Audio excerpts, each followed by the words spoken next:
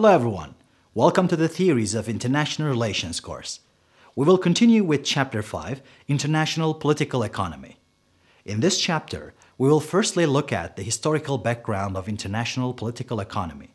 Then, we will talk about three major approaches to international political economy: international trade and finance, hegemony, multinational corporations, and lastly, the post-Cold War era. Let's start with the historical background of international political economy. In the period from the late Middle Ages through the end of the 18th century, there were a number of key developments in technology and ideas. Mainly due to the advances in ship design and navigation system, the European explorers opened up new frontiers in trade as regards the American continent and the Middle East region. From the beginning of the 19th century to the First World War, the rapid expansion of colonialism and the Industrial Revolution occurred as a result of other major technological improvements in communications, transportation, and manufacturing processes. Throughout the 19th century, it became necessary for European industrialized nations to expand their markets globally in order to sell products that they could not sell domestically in their own countries. Businessmen and bankers had access capital to invest, and foreign investments offered the incentive of greater profits despite the risks. Western countries managed to establish a global economy through the era of colonialism. The transfer of goods, money, and technology needed to be regulated in an orderly way to ensure a continuous flow of natural resources and cheap labor for the industrialized world. Colonialism also led to a cultural clash.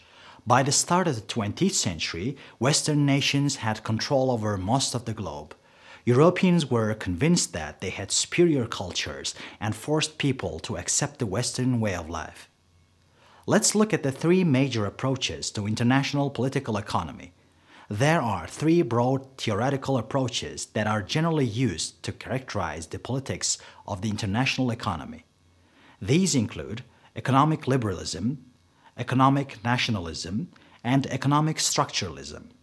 The liberal approach can perhaps be best summarized by the writings of Adam Smith. He argues that the key to national wealth and therefore national power is economic growth. According to the liberals, all economic decisions should be made by the marketplace, which is free market. The government should not intervene with foreign trade as well as domestic economy as much as possible. Economic nationalism, as another major approach to international political economy, refers, in a generic sense, to an ideology that favors state interventionism in the economic sphere. The nationalists also believe that protectionism in an economy in the face of external influences can be beneficial to growth and economic progress. The rise of economic nationalism in recent history occurred particularly in the first part of the 20th century, and it was essentially a response to the economic crises, nationalist movements, and enlarged states. Economic structuralism, on the other hand, is concerned with the international division of labor created by the capitalist system. It sees that the division of labor is unfair, creating categories of rich and poor people, as well as rich and poor nations at the macro level. Within the structuralist approach, there are actually two sub-approaches: the Marxist approach, which rejects capitalism completely, and the dependency approach, which aims to reform it. Now we can move on to international trade and finance. International trade played a key role in the earlier phases of the development of the global economy as it does today. Until the First World War, most countries in Europe were on the gold standard. Yet with the war, the system collapsed because of the declining power of Great Britain and of the terrible economic conditions during and after the war. The Bretton Woods Agreement was signed in 1948, whereby the so-called Bretton Woods system came into being. Under the agreement, currencies were pegged to the price of gold, and the United States dollar was seen as a reserve currency linked to the price of gold. The system had worked well for a while, yet by the early 1960s, the United States dollar became overvalued. Even though the Bretton Woods monetary system itself collapsed this way, the so-called Bretton Woods institutions, which were set up along with the Bretton Woods Agreement, namely the World Bank, the International Monetary Fund, and the General Agreement on Tariffs and Trade, now the World Trade Organization, have survived, still directing international trade and finance to a great extent. Okay, now let's move on to hegemony. The theory of hegemonic stability holds the assumption that the world system is most prosperous when there is a hegemon to organize the international political and economic system. Some scholars argue that hegemony is a self-defeating and hence temporary condition. While the hegemonic state bears the burdens of organizing the international system and supplying public goods, free rider states prosper and increase the burdens on the hegemon. At some point, the hegemon comes to the conclusion that it is unable to bear the costs of the system it has created. So, either it begins to put domestic interests over its international obligations, or it becomes too weak to realize its widespread commitments.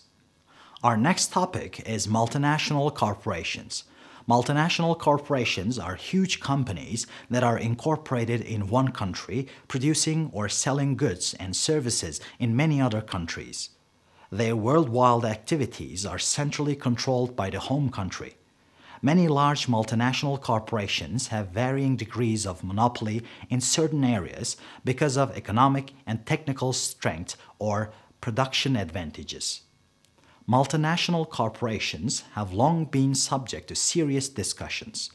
Advocates of multinational corporations argue that they create job opportunities for many and produce technologically advanced goods. It is also said that multinational corporations tend to establish operations in markets where their capital is most efficient or wages are lowest. By producing the same quality of goods at lower costs, multinationals reduce prices and increase the purchasing power of consumers worldwide. Those opposed to multinational corporations, on the other hand, say that multinationals have undue political influence over governments, exploit developing nations, and create job losses in their own home countries. Our last topic for this chapter is the post-Cold War era, the problematic areas and challenges. After the end of the Cold War, the globalization of the world economy has been occurring at an extraordinarily rapid pace, even for countries where the size of the market and the abundance of internal resources have made much of the economy relatively self-contained. Accompanying the process of globalization, however, it has appeared a trend counter to the benign vision of economic and political harmony from more open borders. It is true that, in terms of national welfare, greater openness to competitive market forces, including competitive market forces from abroad, and greater freedom from artificial market restraints, are closely associated with higher economic growth. There are basically 5 areas posing a serious challenge to economic globalization and the triumph of economic liberalism. These include high-tech, trade rivalry, trade discrimination, unpredictable economic crises, north-south inequalities, and illicit market. So, this is the end of our program for Chapter 5 of the Theories of International Relations course. Goodbye, and see you in our next program, Chapter 6.